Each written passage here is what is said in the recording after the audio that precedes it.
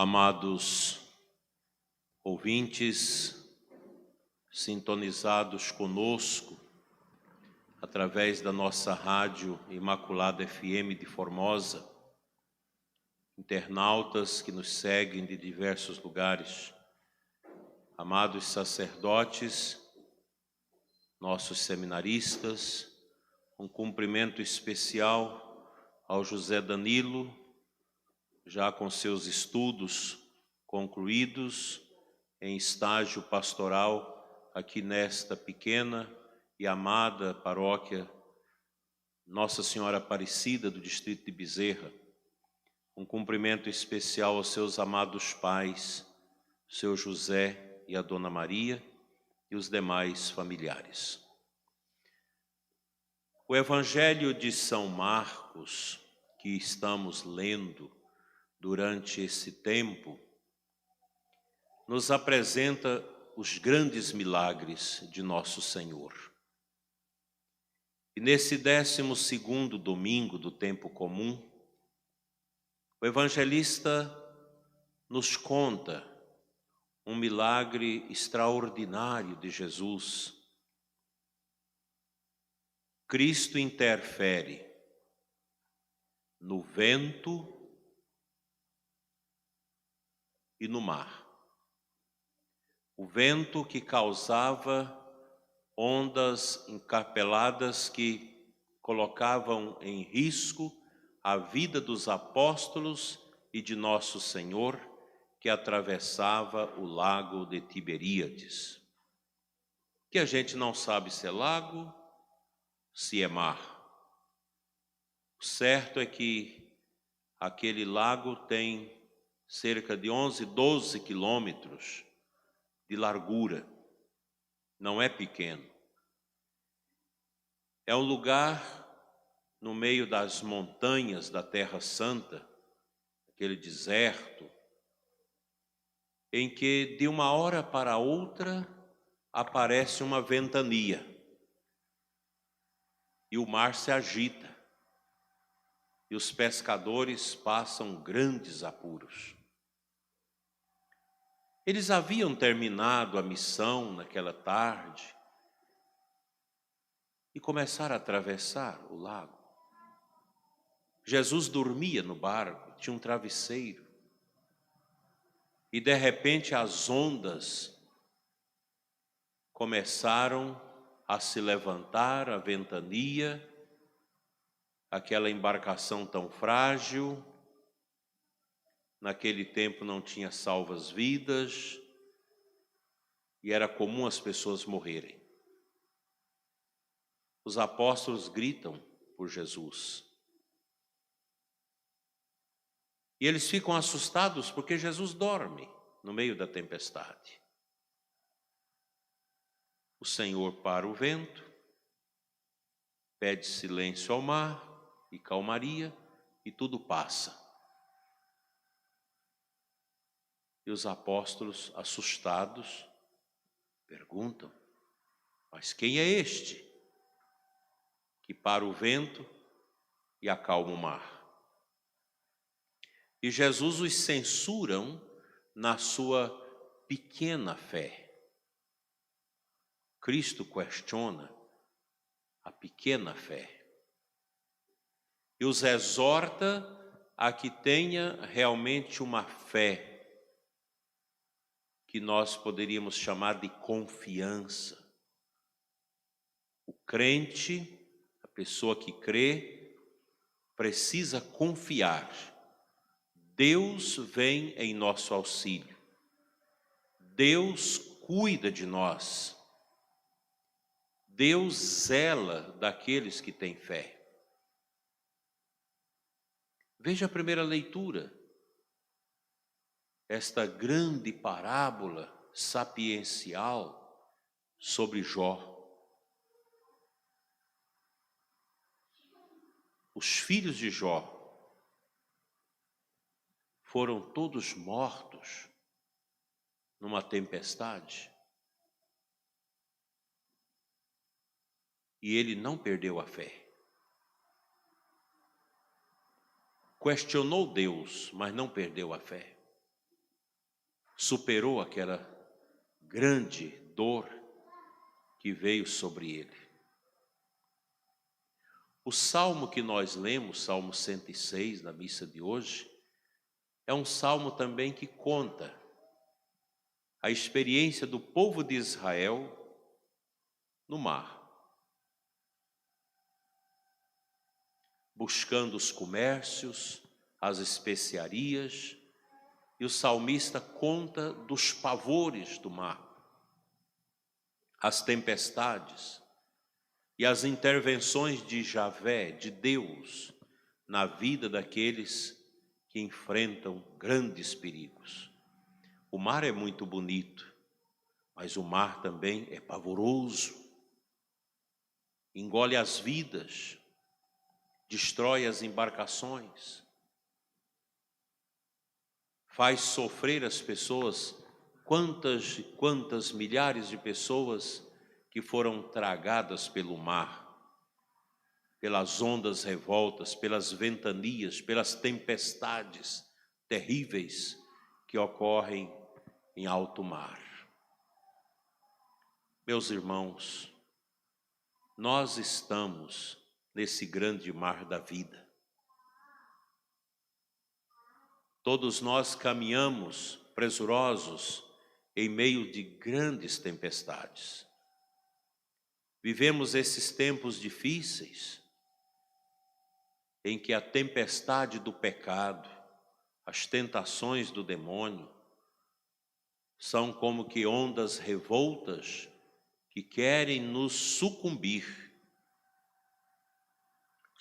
a família, destruir a inocência das nossas crianças, estragar os nossos jovens, tornando-os maliciosos. É um tempo difícil que a gente vê perfeitamente os sinais do falso profeta no mundo. São tantos agentes do falso profeta que quer preparar o caminho para o anticristo, para o antirreino, para o antideus. E nós às vezes vivemos folgados, despreocupados com a vida espiritual, com a nossa comunhão com Deus, e deixamos as coisas muito assoltas na nossa vida. E o inimigo vai joeirando a horta da nossa fé, nos estragando a partir de dentro, assim como a nova ordem mundial, essa ideologia famigerada, que há mais de um século vem se preparando para golpear a fé cristã no mundo. Ela vai entrando dentro de nós, dentro da igreja, vai tirando o senso da responsabilidade das nossas vidas. E aqui nós precisamos reforçar, com as virtudes teologais, a nossa intimidade com Deus. O coração do cristão deve ser um sacrário, onde se ergue esse santuário da fé, do amor a Deus, da esperança. As virtudes teologais, elas nos ajudam no fortalecimento interior para vencermos as ondas fortes. E as virtudes morais, elas nos ajudam a ter a nossa vida intimamente ligada à vida de Cristo, na vivência dele na nossa vida. Os tempos são cruéis, são difíceis, e a gente precisa submeter a nossa vontade à vontade de Deus e conquistar as vitórias de Cristo através da nossa confiança nele. Cristo é Deus. A tempestade acalmada por ele dá aos apóstolos a ciência de que ele é verdadeiramente Deus. É o Criador. porque Cristo age com o Pai na obra da criação. Cristo tem poder.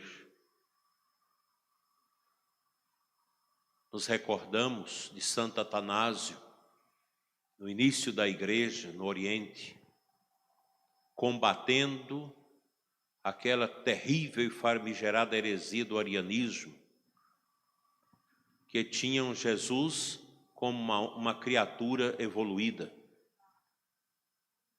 mas não como divindade. É o perigo dos nossos tempos. Um Cristo ideológico, um Cristo que é modelo de apenas uma profecia social, um Cristo que não incomoda a alma, um Cristo para cuidar das coisas passageiras. Não, o nosso Cristo é Deus, Deus feito homem, encarnado no seio da Virgem Maria, gerado e não criado, consubstancial ao Pai. Cristo é a segunda pessoa da Santíssima Trindade, é o nosso Deus que nos salva, que nos tira das tempestades. O que é a pandemia diante de Cristo? É nada. Ah, mas os que morreram, a gente lamenta e sofre pelas mortes, mas importa morrer em Cristo. Daí que o cristão verdadeiro não teme. O cristão verdadeiro não dogmatiza as coisas do mundo, não submete a sua vontade às vontades deste mundo, mas a Cristo, a única razão de ser da nossa vida. É interessante, prezados irmãos, que a partir do momento que a gente vai crescendo, vai vencendo as dificuldades, a velhice vai chegando, a gente vai entendendo o que é o poder de Jesus, o amor dele por nós. Não podemos desanimar. Nós somos cristãos, filhos da coragem, não do medo. E Cristo é tudo na nossa vida.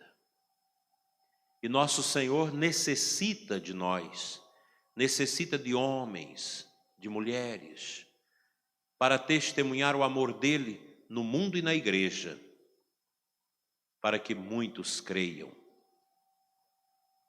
Nós vivemos uma escuridão, um tempo esquisito, estranho, mas para os que creem é um tempo de esperança. O demônio tem ganhado almas para o inferno, mas a igreja também tem ganhado muitas almas para Deus, através da missa, da confissão, do trabalho dos sacerdotes. Hoje nós vamos conferir este ministério do acolitato ao nosso seminarista Danilo. É uma etapa para chegar ao diaconato e depois ao presbiterato. Como a igreja precisa de homens sábios, santos, cheios do Espírito Santo. E este tempo, Danilo, que falta para a sua ordenação sacerdotal é um tempo fecundo. O seu trabalho aqui nessa comunidade com o Padre Keyson,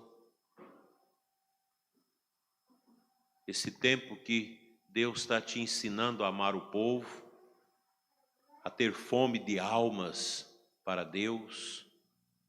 É um tempo de testemunho, de oração, de humildade, de espera e de grande beleza para a sua alma.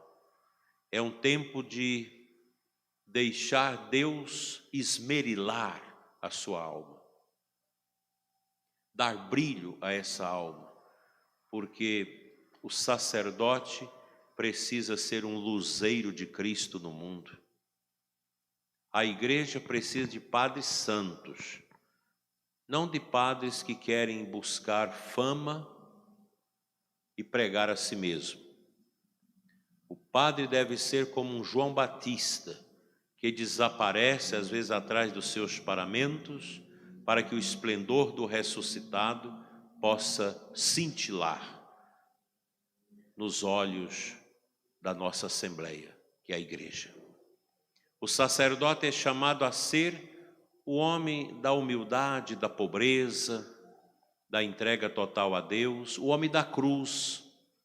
E a gente precisa preparar, querido seminarista, porque a gente não sabe o que virá para a igreja no futuro. A gente não sabe. A gente sente que alguma coisa está sendo preparada para atacar a obra de Deus. A gente sente isso. O anticristo está solto, ele está furioso. E ele quer arrastar as almas para o abismo. Esse mar revolto, perigoso, representa esse grande abismo. O abismo da morte espiritual, o abismo do pecado, que todos nós precisamos correr dele e pedir sempre a graça divina para nos ajudar a atravessar esse tempo sem perder as nossas vidas nas mãos do mal. Que a Santíssima Virgem Maria, a Senhora Aparecida, Rainha e Padroeira do Brasil, te ajude, meu filho, a se preparar bem para o seu sacerdócio. Conte com a oração do seu José, da Dona Maria, seus pais, que na simplicidade deles deve também te acompanhar com profundas orações. Seus colegas seminaristas, os nossos sacerdotes e o nosso povo. Rezemos, peçamos a intercessão de Nossa Senhora para que a nossa diocese cada vez mais cresça na fé, no amor e que nós tenhamos um clero abençoado e um povo profundamente santificado sob o olhar da Santíssima Virgem, a Imaculada.